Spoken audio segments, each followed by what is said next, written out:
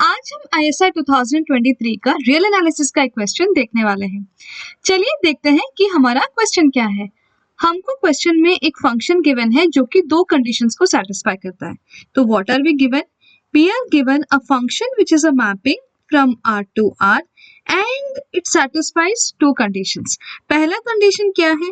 That nth derivative, that is fn of x, this exists for all n belongs to n. ये हमारा पहला condition है। And दूसरा condition है that हम कोई भी नॉन जीरो एलिमेंट ले लें, we have mod of F of X, this is less than equal to E to the power minus one by X square. And हमको दो चीजें प्रूव करने को बोला गया है। What is the first claim? हमारा फर्स्ट क्लेम ये है that F of zero is equal to zero, ये हमको प्रूव करना है। एंड सेकेंड क्लेम ये है that the nth derivative at zero is equal to zero for all n greater than equal to 1। ठीक है, तो चलिए देखते हैं कि हम इसका प्रूफ कैसे कर सकते हैं। सबसे पहले हम ये प्रूफ करने का ट्राई करते हैं that F of zero is equal to zero. अभी यहाँ पर क्वेश्चन में है that the nth derivative exist for all n belongs to n। इसका मतलब क्या हो गया? That for all n belongs to n we have this fn of x to be a continuous function. It is a continuous function, right? यहाँ से हम ये भी बोल सकते हैं that हमारा f जो है it is a continuous function, isn't it? So as f is continuous on the set of all real numbers, it is continuous at each point of the real line, right? So here the first claim is f of 0 is equal to 0. I want to evaluate the value of the function at x equal to 0, isn't it? तो अगर f continuous है at 0, so here we have f is continuous at x equal to 0, है ना? So from here what can we say? that हम कोई भी अगर sequence ले in the set of all real numbers such that which converges to 0, what do we have? We have that f of xn converges to f of 0, right? तो in particular हम मान लेंगे xn को 1 by n. In particular we can take this xn to be equal to 1 by n, right? अगर हम xn को 1 by n ले लें, so 1 by n तो कन्वर्ज कर रहा है 0 पर। At the same time what do I have? f of this 1 by n converges to f of 0. यहाँ तक तो हमारा चीजें क्लियर है। अब देखना कि हमको सेकेंड कंडीशन में क्या गिवन है। आप अगर कोई भी नॉन जीरो एलिमेंट ले रहे हैं, then we have this mod of f of x is less than equal to e की power minus one by X square, right? So अगर हम यहाँ पर x के जगह पर हम 1 by n पुट करें तो क्या होगा? हमारा कंडीशन था that mod of this f of x this is less than equal to e to the power minus 1 by x square. So if I substitute this x to be equal to xn, जो कि हमारा 1 by n है, 1 by n तो एक non zero element है ना? So from here what do we have? We have that mod of this 1 by n is less than equal to e to the power minus 1 by n का square, that is nothing but minus 1 by n square, right? तो अब हम क्या जानते हैं? that मान लो कि मेरे पास अगर दो पॉजिटिव सीक्वेंसेस है such that, let us just recall that मान लो कि मेरे पास अगर दो पॉजिटिव सीक्वेंसेस हैं such that this an is less than equals to bn for all n belongs to n, then what do we have? We have that limit n tending to infinity an is less than equal to limit n tending to infinity bn, है ना? So यहाँ पर इसको मान लो कोई एक sequence an, इसको मान लो bn। अब हमको क्या मिल जाएगा? हमको मिलेगा that limit n tending to infinity, this mod of this f of 1 by n, this is less than equal to limit n tending to infinity e to the power minus n square, है ना? And what is this limit n tending to infinity mod of f of 1 by n? f तो हमारा continuous function है, mod भी हमारा continuous function है, so this is converges to f of 0, right? That's what we have seen. So from here what can I say? This mod of f of 1 by n this converges to mod of f of 0, है ना? So हमारा जो left hand side of the inequality क्या आ गया? वो तो आ गया हमारा mod of f of 0, this is less than equals to, यहाँ पर limit n tending to infinity e की पावर माइनस n स्क्वायर है। When n tends to infinity हमारा e की पावर माइनस n स्क्वायर कहाँ पर कन्वर्ज करेगा? 0 पर, right? So from here we got mod of f of 0 जो है it is less than equal to 0। Now can mod of f of 0 be strictly less than 0? वो तो हो नहीं सकता क्योंकि मॉड जो है हमेशा एक positive function है ना? So from here I can straight away say that mod of f of 0 is equal to 0, which forces the value of the function at x equal to 0 to be equal to 0. So from here we are done with the first claim. हमारा first claim जो f of 0 equal to 0 था वो हमारा done है. ठीक है, अब हमको प्रूफ करना है the nth derivative at x equal to 0 is always equal to 0. This is our claim. अभी सबसे पहले हम n equal to 1 के लिए क्या हो रहा है हम वो एक बार देख लेते हैं. ठीक है, so my second claim is the nth derivative of the function at x equal to 0 is equal to 0 and this is true for all n belongs to n. है ना? So in particular let us take this value of n to be equal to 1. मान लो कि मेरा n का value जो है 1 है. So here where will my claim reduce to f dash of 0 equal to 0. Now what is our f dash of 0? This is nothing but limit x tending to 0 f of x minus f of 0 जो कि 0 है, गोली मारो, divided by x minus 0. है ना?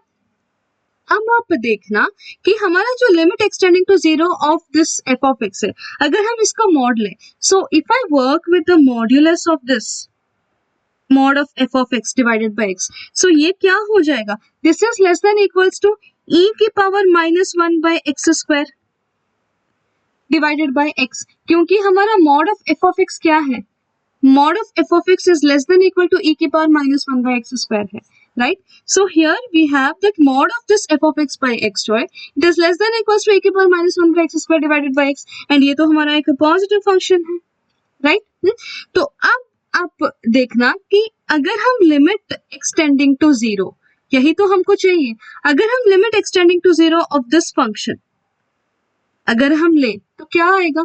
सो here my question has reduced to finding limit extending to 0 e की power minus 1 by x square divided by x, right? So यहाँ पर हम क्या कर सकते हैं, दैट हम 1 बाय x को सब्स्टिट्यूट कर सकते हैं विथ सम y, है ना? So if limit x is tending to 0, हमारा लिमिट कहाँ कन्वर्ट हो जाएगा, तो limit y tending to infinity e की power minus 1 by x square है, so it is minus y square divided by ये 1 बाय x है, इसको हम मल्टीप्लाई टू y लिख सकते हैं. सो ये क्या बन गया, limit y tending to infinity y divided by e की पावर y स्क्वायर. एंड हम जानते हैं पॉलिनोमियल ग्रोथ से ज्यादा हमारा एक्सपोनेंशियल ग्रोथ काफी ज्यादा है ना?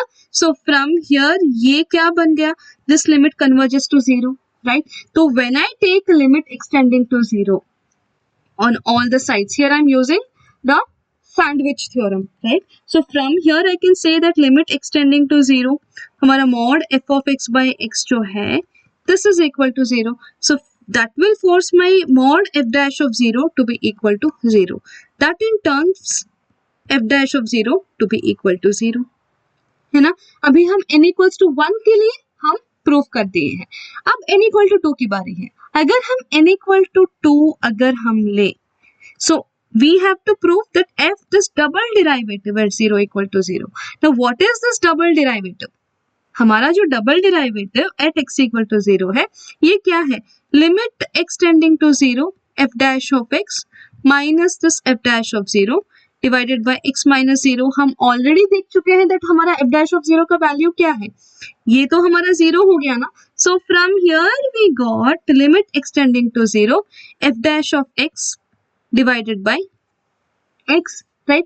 Now what is limit extending to 0 of f dash of x?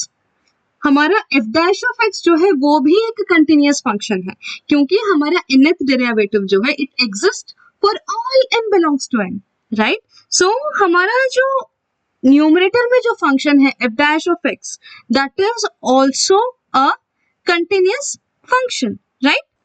इसीलिए हम यहाँ पर f dash of x की जगह पर हम लिख सकते हैं as f of x by x, क्योंकि ये क्या हो जाएगा, f dash of 0 which is nothing but limit extending to 0 f of x by x, है ना? तो f dash of x की जगह पर अगर मैं f of x by x लिखूं तो यहाँ पर f of x by x and यहाँ पर एक और x, तो limit extending to 0 f of x by x square आ गया. Now if I consider this mod of this f of x by x square, ये हो जाएगा less than equal to e की power minus 1 by x square divided by this x square. Now using the same process हमारा exponential growth क्या होता है, वो बहुत ज्यादा होता है ना. So we have limit extending to 0, this e की power -1 by x square divided by this x square, this is equal to 0. That will force my limit extending to 0, f of x by x square जो है वो 0 हो जाएगा. So that will force my f का double derivative at x equal to 0 जो है that is equal to 0, right. तो यहाँ पर आप एक चीज गौर करना, दैट जब भी मेरे पास डबल डिफरेंशिएशन आ रहा है तो यहाँ पर f of x by x square यहाँ पर वैल्यू 2 आ रहा है. वैसे ही अगर हम f ट्रिपल डैश के लिए देखें, thrice differentiable, the triple derivative, f triple dash of 0 क्या हो जाएगा, limit extending to 0 f double dash of x minus f double dash of 0 जो कि ऑलरेडी इक्वल टू 0 है divided by x. And what is limit extending to 0, f double dash of x, that is nothing but f limit extending to 0 f of x by x square आ जाएगा. यही तो है मेरा f double dash of 0, right? So f of x divided by x square जो कि हमारा f of x by x cube आएगा. So by induction what can I say? So by induction we can say that this kth derivative at x equal to 0, this is nothing but limit extending to 0 f of x divided by x to the power k, f of x divided by x to the power k. Now if I consider this modulus of this f of x by x to the power k, that becomes less than equal to e की power -1 by x square divided by x to the power k, है ना. So from here I have limit extending to 0 e की power -1 by x square by x to the power k equal to 0. So that will force my mod of this f of x by x to the power k when limit extending to 0, that will become equal to 0. That will force my f k of 0 equal to 0, right? And this is true for any natural number, है ना. So from here क्या हो गया, so what is our conclusion? Our conclusion is nth derivative at 0 is equal to 0 for all n belongs to n. ठीक है, यहाँ पर हम simply definition of derivative he use किए हैं, उसके अलावा हम कुछ भी यहाँ पर यूज नहीं किए, वो और स्क्वीज थ्योरम. ठीक है, so with the help of this two ये क्वेश्चन काफी आराम से सॉल्व हो गया. आप ऐसे और क्वेश्चंस अगर चाहते हैं तो please subscribe to this channel. Till then be happy and keep learning.